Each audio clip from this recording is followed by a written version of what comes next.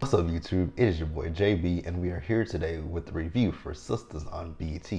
This is season 4, episode 4, and the episode was titled Pleasantries, you guys. So, before we go ahead and jump into this episode review, you guys, if you guys are watching this video or any other on the channel and are not subscribed to the channel, I made you guys do me a solid favor and stop taking me out on this date and having me pay for it at the end of it, you guys. Do me the big favor by 1, liking the video, 2, subscribe to the channel, 3, turn on your post notifications, and 4, sharing the video. And you guys, with that out of the way, without further ado, let's discuss Sistas, shall we? All right, you guys, so this episode, we picked up where we left off in the last one. You guys remember the last episode is when Danni came into Karen's salon and she saw Preston there with the other girl whose name I already forgot. We're gonna call her Tiffany. I don't know if that's her name or not.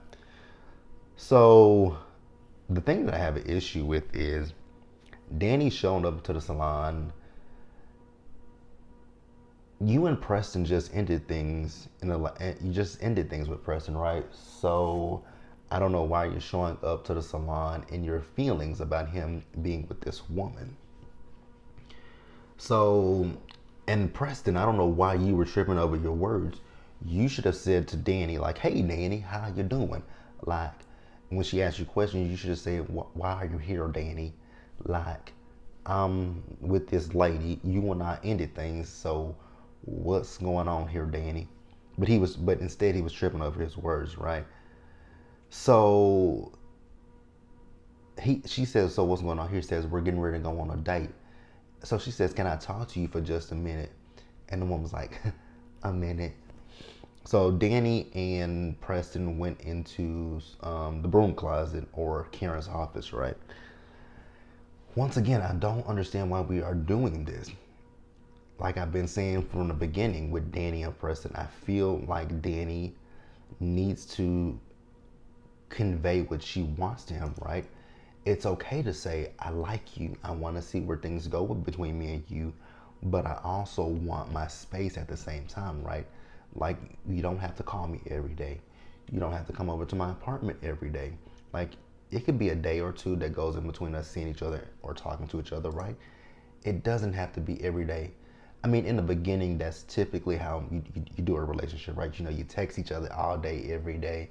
But then after a while, that just kind of slows down and you probably go to maybe texting each other every other day, right? But my thing is, like I said, with Danni just needs to learn how to communicate what she wants to Preston, and that's the issue. So then, she's talking about whatever that woman's name is, right? So, she's like, because he told her basically, you need to figure out which me you want. Like, it's not gonna be one part of me and you don't get the other side of me. Because she was talking about no black woman wants to talk about cows. He says, well, she does. She's like, really? He says, yeah, she's a veterinarian and she knows more about cows than I do. Of course she does. With them like, she was talking about her boots, and I'm like, Danni, why are we talking about the woman? Your issue is not with that woman. Your issue is with yourself. The fact that you won't sit here and actually just be open and honest with this man about what you want. It's okay to tell the man, hey, you talk about the cows too damn much. It's okay to talk about the cows, but every day, no. But then also the man works on a farm. So if you ask him how did his day go, his day is gonna consist of cows, chickens, horses, all that kind of stuff. So you gotta, I don't even know what to say to Danni at this point, right? So then Karen comes in after he leaves, and Danni is like, why, Karen? And I'm like, why? No, Danni, why to you? Yes, Karen called you, told you about it, but you told Karen you weren't interested in it. So then if you weren't interested in it, why did you then go to her salon? So you can't really sit here and put the blame on Karen. And you guys know Karen is not my favorite, but you can't sit here and put the blame on Karen. You are the one that made that conscious decision to go down to that salon and do whatever, right? It made no sense to me, right? So then, Now here's where I got confused at, right? Because didn't the woman tell us that she met Preston at the gas station, right? Yeah. So then Karen is thinking that Zach introduced the woman to Preston. When did Zach have time to do that? Zach has been working for Chain Breakers. He's been dealing with this house situation. He's been dealing with Hayden. He's been with Fatima. And he was working at the airport. So when the fuck did Zach have the time to introduce this woman? Because Karen said that Zach worked for the woman when he got out of jail. It was a favor that one of them, I don't know if Zach did her a favor or if the woman did her a favor by letting Zach come work for her. But I know Zach has been in and out of Danny's apartment. But, okay, maybe that's when. We'll just go ahead and just let that happen, right? We'll let that be. So, where we at? So Pam. And the thing is with Karen, because Karen got on Pam at one point, and she's like, Pam, mind your business. I'm like, but Karen, you sitting here listening to this shit. And then Karen is over there like, oh my God, like doing this. I'm like, Karen, what did you expect when you called her to tell her to come down there, right? So when Danny was getting ready to leave, Pam was like, is everything okay, Danny? Pam, mind your business because I will beat your ass. I was like, and then when Danny left, so Danny, again, here we go. I like Danny, but Danny does dumb shit. So when Danny left, she got on the phone and called Fuego, asking Fuego what was he doing and is he gonna come over to her crib? Danny, this is the reason that this is the reason that Preston got upset because he came to you. Now, yes, he came to your apartment unannounced, right? But he saw Fuego and you had sex with Fuego. So what you doing, Danny? So we're gonna move on, you guys. All right, you guys, so I will say one thing with this episode. The scenes were repetitive. Like the dialogue in quite a few scenes, there are gonna be some scenes where I cut some stuff, where I don't talk about them a lot because the dialogue, they kept repeating the same thing. And the first thing where they kept repeating is Zach and Fatima, right? So Zach went over to Fatima's crib, right? And, she says, so how is everything going on? I'm going with the house, right? He says everything is coming along just fine, right? So she's asked him, are you okay? He says, I should be asking you that question. She says, oh, I'm fine, right? So then she says, I cooked dinner for you. So he was like, really? So he says, are you that girl? What are you talking about? The girl that got that beat up Hayden, that is exactly her, right? So she's basically saying, and so they were talking, and they were talking about the fact that, she got these homeboys, she says she works at the law firm, she knows people that she's done things for, and that they would do things in return for her, right? Blase, blase. So then she tells him that, she's let her guard down. And this is where they kept repeating things. When she says she let her guard down. So basically what she's saying is, I'm letting my guard down, Zach. Don't fuck it up, basically. So then they were supposed to be, like I said, she had cooked dinner, right? Zach didn't want that dinner. Zach wanted Zach wanted her. And y'all know what I mean, right? He wanted her. So then we see Danny. This is another scene where we kept repeating shit. Danny went over to Sabrina's crib, right? Sabrina is getting ready for her date with Calvin. So Sabrina was like, not Sabrina, but Danny's like, oh, you look good, right? She's like, girl, you wasting that outfit. What you should put on is some sequins and some beads. I was like, here we go again with Danny making the gay jokes about Calvin. And then she says, oh, and I'll also take your vibrator with you. So then Sabrina says, what if I marry him? She says, you won't. I'm like, exactly. Sabrina is not going to marry Calvin. I am so sick of Sabrina and Calvin. So then Danny goes on to tell Sabrina about what happened when she went down to Karen's salon, about the fact that Preston was there. Preston was with that other woman who was a vet who listens to him talk about the cows. Here's my thing once again with that situation, right? And I'm not even saying anything about the woman. I'm saying about Danny. Danny, you don't know how to tune people out. If he starts talking about the cows, you can I mean, you could tune him out, or just listen, or just let him talk. Just let him talk. It might not be something that you want to talk about, but just either one, let him talk about the cows, or two, tell him I ain't that interested in the cows, or three, don't ask him how his day went. I don't know. I don't know. I don't know. I don't know. I don't know. I just know I'm tired of it. So we're gonna move on, you guys. All right, you guys. So then we see Karen. So you guys remember that Karen was going to go over to Andi's crib, right? And what was she going to? What did she go to Andi's crib for? I forgot. What the hell was she going over to Andi's crib for? Because I remember she went over to Andi's job with that subpoena. What the fuck was she going over to Andi's crib for?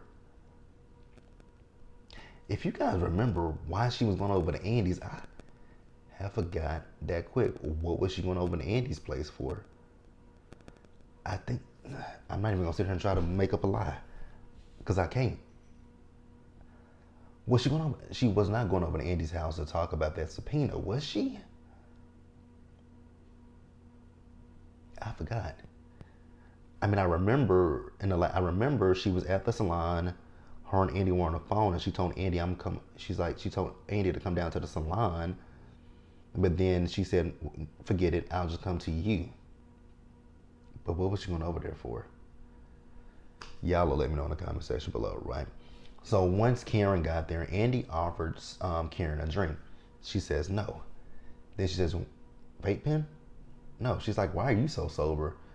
Is it the preacher?" I'm like, Andi, you ain't putting two and two together. Because Karen said that she's driving. I'm like, Andi. She says, "When has that ever stopped you?" I'm like, Andi, are you really that dumb? If she's not drinking and she's not smoking, yeah, you could assume, because she said, "Is it the preacher?" You could assume that. But then I would have said, wait a minute. We went to the strip club, and you don't want to drink. I would have said, Karen, are you pregnant? Which I still don't believe Karen. I don't believe that Karen's pregnant. I mean, she could be, but I don't believe it, just keeping it real with you guys.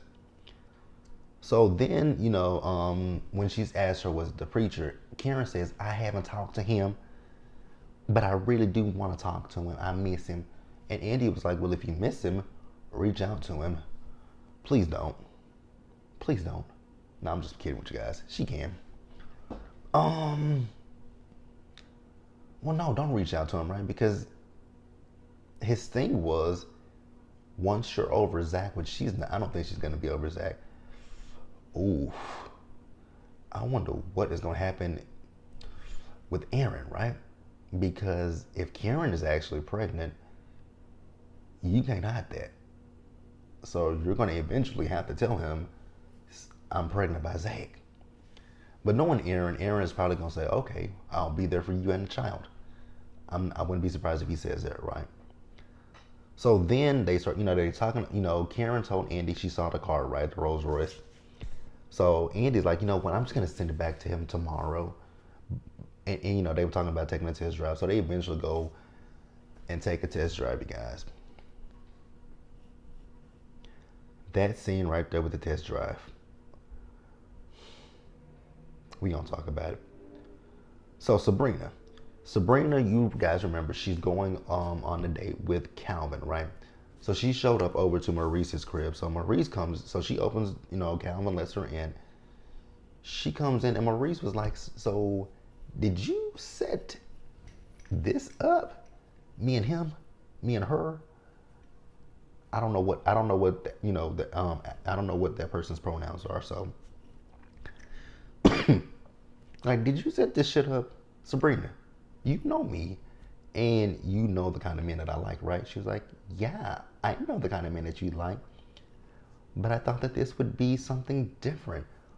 Why in the fuck do Calvin and Sabrina think that Maurice needs something? Yes, he might need something different, right? He needs something different in his life. that's not cute and that's not something toxic, right? But he doesn't need someone that's just like him, minus the makeup. Like like Maurice said in last week's episode, what the fuck are they gonna do? Bump pocketbooks with each other?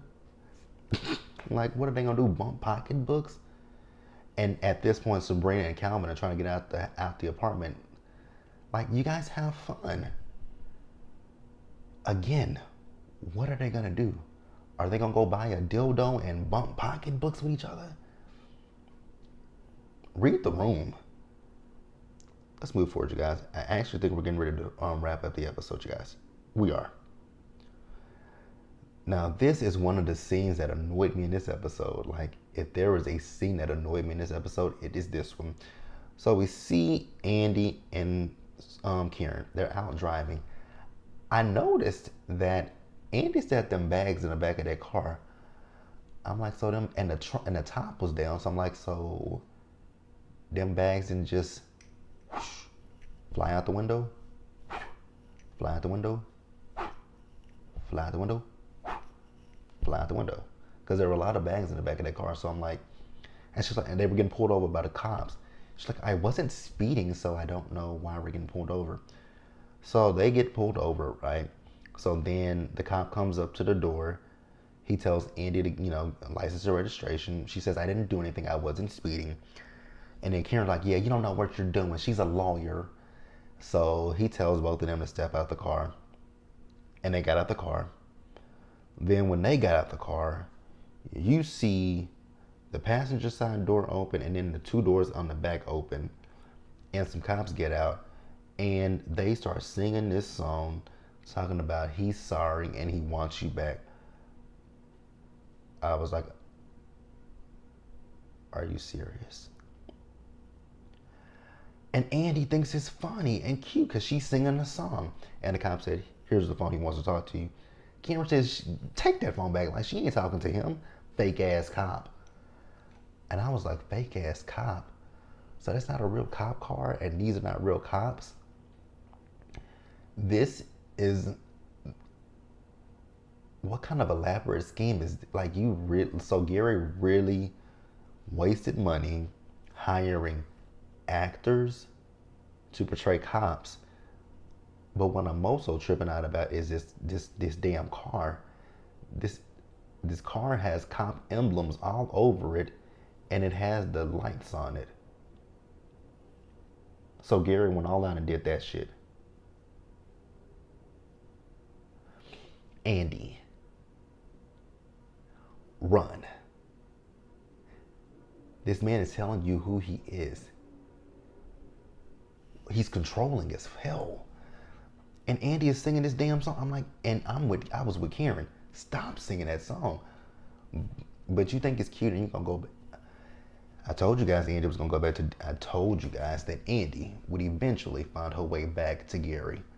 I knew she would. Like, are you serious? Are you serious, Andi? That would push me further away. The fuck? So then here's another one of those scenes that the dialogue was just very repetitive. Zach and Fatima, right? So Zach and Fatima, they had sex on the couch, right? So, Fatima's like, she's getting ready to go to bed. He's like, oh, I'd like to watch you sleep. She's like, oh, that's kind of creepy.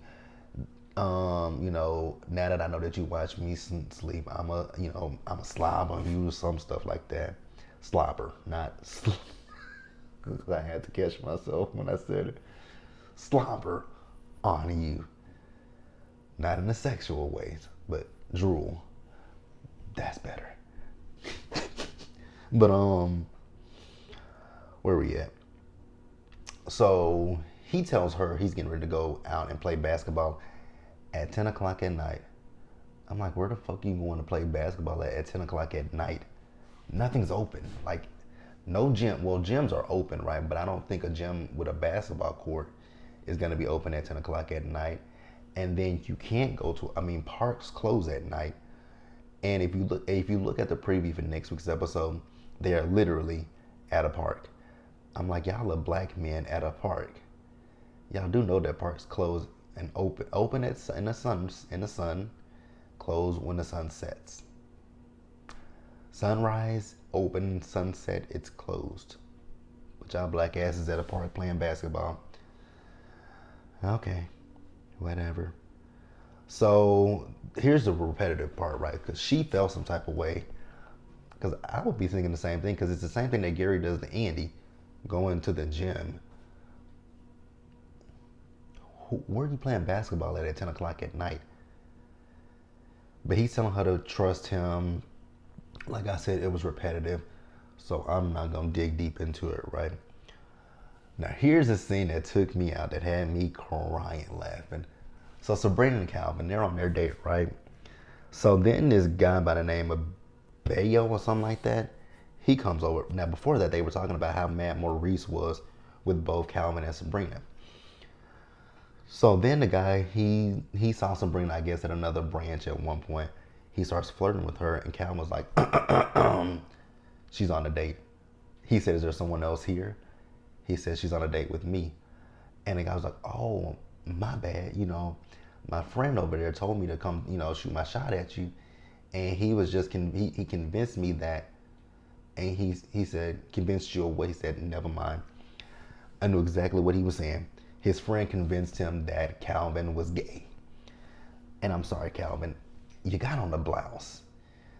That blouse is just, it just screams gay. It's see-through. And then I really looked at it in this episode. Like, if you guys look up, if you guys, it was Calvin's back, right? So if you guys go back and look at the episode, go look at Calvin's back, and it looks like, because like when women wear, a blouse that or see-through, right, and they have their bra on, you can see the bra, right? You can see the bra or whatever top they have on up under it, right? Whatever they have on up under it, you can see it. And in Calvin's back, it looks like that blouse has bra straps. Like it literally looks like around his chest. It looks like it's a bra. It looks like it's a bra right here. And then if you look up here, it looks like it has straps. So I'm like, Calvin, that blouse is literally screaming gay. It screams gay. But Calvin got in his feelings, right?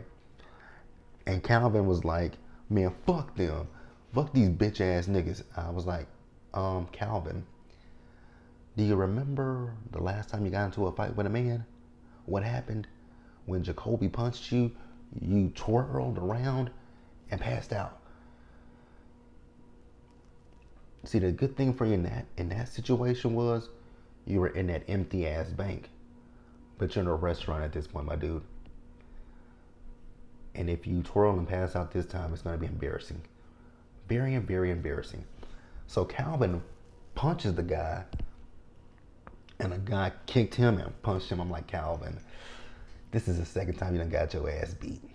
You should really realize that fighting is not your forte. Really should. But hey, you guys, that's the episode. It really wasn't much of this episode. I don't even know how I squeezed out 20 plus minutes of a review. I don't know how I squeezed out 20 plus minutes of a review because the episode wasn't much. Last week's episode was better. This one just wasn't the best to me, but hey, let me know what you guys thought about the overall episode. Leave your comments in the comment section below. Subscribe to the channel, turn your notifications on, share the video, you guys, and until the next one, you guys, stay safe out there, take care of yourselves. Remember, wash your hands, wear a mask, socially distance, be blessed.